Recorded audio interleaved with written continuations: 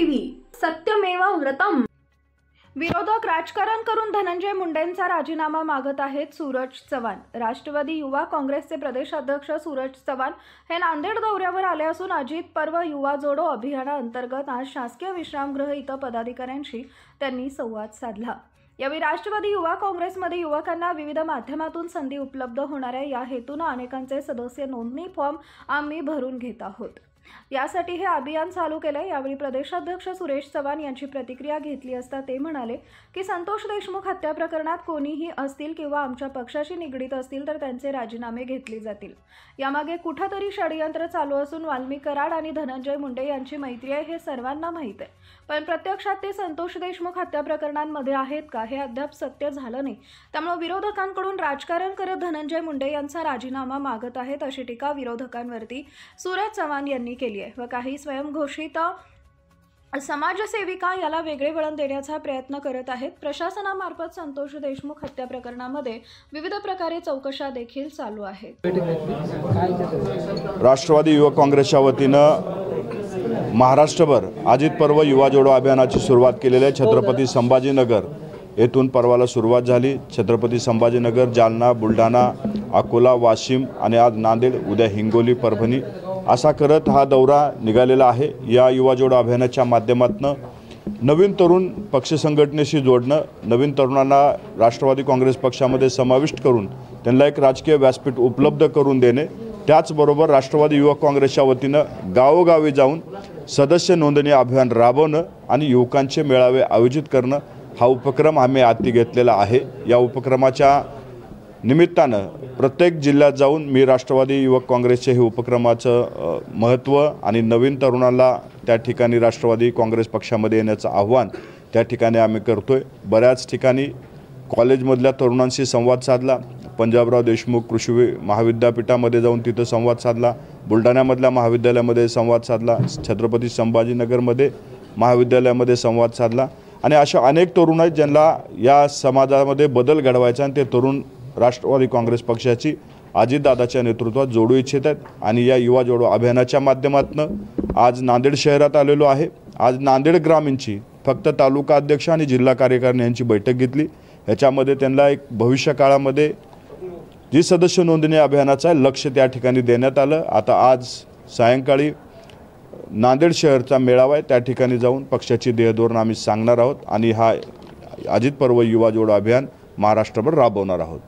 दिल्ली विधानसभेचा निकाल लागला आहे, राष्ट्रवादीला राष्ट्रीय दर्जाने दिल्लीत डिपॉझिट जप्त झाले। राष्ट्रवादी काँग्रेस पक्षानं त्या ठिकाणी काही जागा लढल्या होत्या, त्या ठिकाणी नक्कीच आम्हाला जे अपेक्षित यश पाहिजे होतं ते भेटलेलं नाही, परंतु राष्ट्रवादी काँग्रेस पक्षानं अनेक उन्हाळे पावसाळे पाहिलेत। याच्यामधून सुद्धा आम्ही काही गोष्टी शिकून भविष्यकाळामध्ये इतर राज्यामध्ये निवडणूक लढत असताना त्या ठिकाणी एक चांगली संघटन उभं करून त्या ठिकाणी पुढच्या निवडणुकीला आम्ही सामोरे जाऊ आणि जो काही आमचा राष्ट्रीय दर्जा आहे, मला विश्वास आहे की पुढील काळामध्ये राष्ट्रवादी काँग्रेस पक्ष लवकरात लवकर हा राष्ट्रीय दर्जा नक्कीच मिळवेल।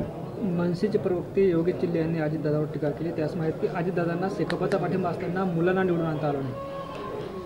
अजितदादांनी त्यावेळेस ज्या निवडणूक मतदारसंघामध्ये मावळ लोकसभा मतदारसंघामध्ये पारदादांना उभं केलं होतं, त्या मतदारसंघामध्ये अचानकपणे ते निवडणुकीला समोर गेले होते आणि त्या ठिकाणी राष्ट्रवादी काँग्रेस पक्षाची ना महानगरपालिकेमध्ये सत्ता नव्हती, त्या लोकसभा मतदारसंघात ना नगरपंचायतीमध्ये सत्ता नव्हती, ना त्या ठिकाणी जिल्हा परिषदचे सदस्य होते, परंतु त्या ठिकाणी पारदादांनी निवडणूक लढवली। थोड्या बहुत मतांनी पराभव जरी झाला असला पण ती लढवण्याची हिंमत दाखवली आणि मुंबईमध्ये राज ठाकरेचे चिरंजीव ज्या मतदारसंघातून निवडणूक लढवले तो राज ठाकरेंचा लहानपणापासूनचा बालेकिल्ला होता।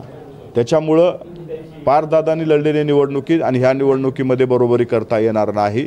ही निवडणूक वेगळी होती। जे एकही आमदार निवडून न आणता देशाच्या पंतप्रधानाला मार्गदर्शन करू शकतात अशा व्यक्तीला स्वतःचा मुलगा निवडून आणला नाही, याबद्दल अजितदादांनी काल भाष्य केलं होतं। धनंजय मुंडे यांना राजीनामा कधी घेणार आहेत? त्यांच्यावर अनेक आरोप होते, करुणा मुंडे यांनी देखील आरोप केलेले आहेत, पाठराखा नाही अजितदादा त्यांची करीत। राष्ट्रवादी काँग्रेस पक्षाची पहिल्या दिवसापासूनची भूमिका ही स्वर्गीय संतोष देशमुख यांचे जे मारेकरी आहेत त्यांना कठोरातली कठोर शिक्षा व्हावी त्यांचा खटला फास्ट ट्रॅक कोर्टामध्ये चालवावा अशी भूमिका ही राष्ट्रवादी काँग्रेस पक्षाची राहिलेली आहे. त्या प्रकरणामध्ये जे कोणी दोषी असतील ते आमच्या पक्षाशी निगडीत असतील तर त्यांच्यावरती नक्कीच निलंबन केलं जाईल. आता या प्रकरणाची चौकशी 3 फेजमध्ये चालू आहे. सुप्रीम कोर्टाच्या जजेसकडनं चौकशी चालू आहे, SIT करते आहे आणि CID चौकशी करते आहे. या चौकशीमध्ये अंती जर मुंडे साहेब दोषी आढळले तर त्यांच्यावर सुद्धा कारवाई होईल, परंतु ते अद्याप कुठल्याही या घटनेशी संबंध त्यांचा नाही. त्यामुळं त्यांचा राजीनामा घ्यावा हे कुठंतरी राजकीय हेतूपोटी विरोधकांचा चाललेला डाव आहे. वाल्मिक कराड आणि धनंजय मुंडे यांचे आर्थिकचे पण खूप चर्चे समोर आलेले आहेत. त्या दोघांचे संबंध आहेत हे धनंजय मुंडे साहेबांनी पहिल्या दिवशीच स्वीकारलेलं आहे. एखाद्या व्यक्तीचे व्यक्तिगत संबंध असले म्हणजे त्याला गुन्ह्याला प्रवृत्त करणं किंवा त्या गुन्ह्यामध्ये सहभागी असणं त्याचा अर्थ होत नाही. ते दोघं चांगले मित्र होते का आणि होते आहेत, परंतु ना धनंजय मुंडे साहेब ना वाल्मिक कराड अजून त्याच्यामध्ये प्रत्यक्ष दोषी सापडलेले नाहीत. जर ते दोषी आढळले तर पक्षाकडनं त्यांच्यावर योग्य ती कारवाई केली जाईल, परंतु जाणीवपूर्वक राजकीय हेतूपोटी त्यांच्यावरती आरोप केले जात आहेत. कारण आत्तापर्यंत ज्या यंत्रणेने चौकशी केल्यात यांचा दुरान्वयी कुठेही संबंध त्या ठिकाणी आढळलेला नाही. आणि जे लोक त्यांच्यावरती आरोप करत आहेत, काही लोक जे स्वयंघोषित समाजसेविका म्हणून या महाराष्ट्रामध्ये वावरतात, त्या समाजसेविकाने त्यांचा हेतू होता संतोष देशमुखाच्या मारेकरांना शिक्षा व्हावी, संतोष देशमुखाला न्याय भेटावा, परंतु त्या कुठेतरी भरकटलेल्या आहेत, त्या वेगळ्या मुद्द्याकडे जात आहेत. कदाचित त्यांचा रिचार्ज हा वेगळ्या कारणासाठी झाला असेल म्हणून त्या अशा पद्धतीच्या वक्तव्य किंवा आरोप करत सुटलेले आहेत. राष्ट्रवादी काँग्रेस पक्ष आजही जे कोणी दोषी असतील त्यांच्यावरती कठोरातली कठोर शिक्षा व्हावी याच भूमिकेत आहे. शेवटचा प्रश्न आहे, अंजली दमानिया आणि धसांना काय सांगायचं? अंजली दमानिया आणि धसांना हेच सांगेन की तुमची आमची भूमिका ही स्वर्गीय संतोष देशमुख जे कोणी मारेकरी आहेत त्यांच्या मारेकऱ्यांना शिक्षा व्हावी यासाठी असावी, परंतु त्यांच्या ज्या भूमिका आहेत या राजकीय भूमिका आहेत, राजकीय हेतूपुटी भूमिका आहेत. तुम्ही एखाद्याच्या मृत्यूचं राजकारण करू नका एवढीच माझी विनंती आपल्या माध्यमातून त्या दोघांना असेल.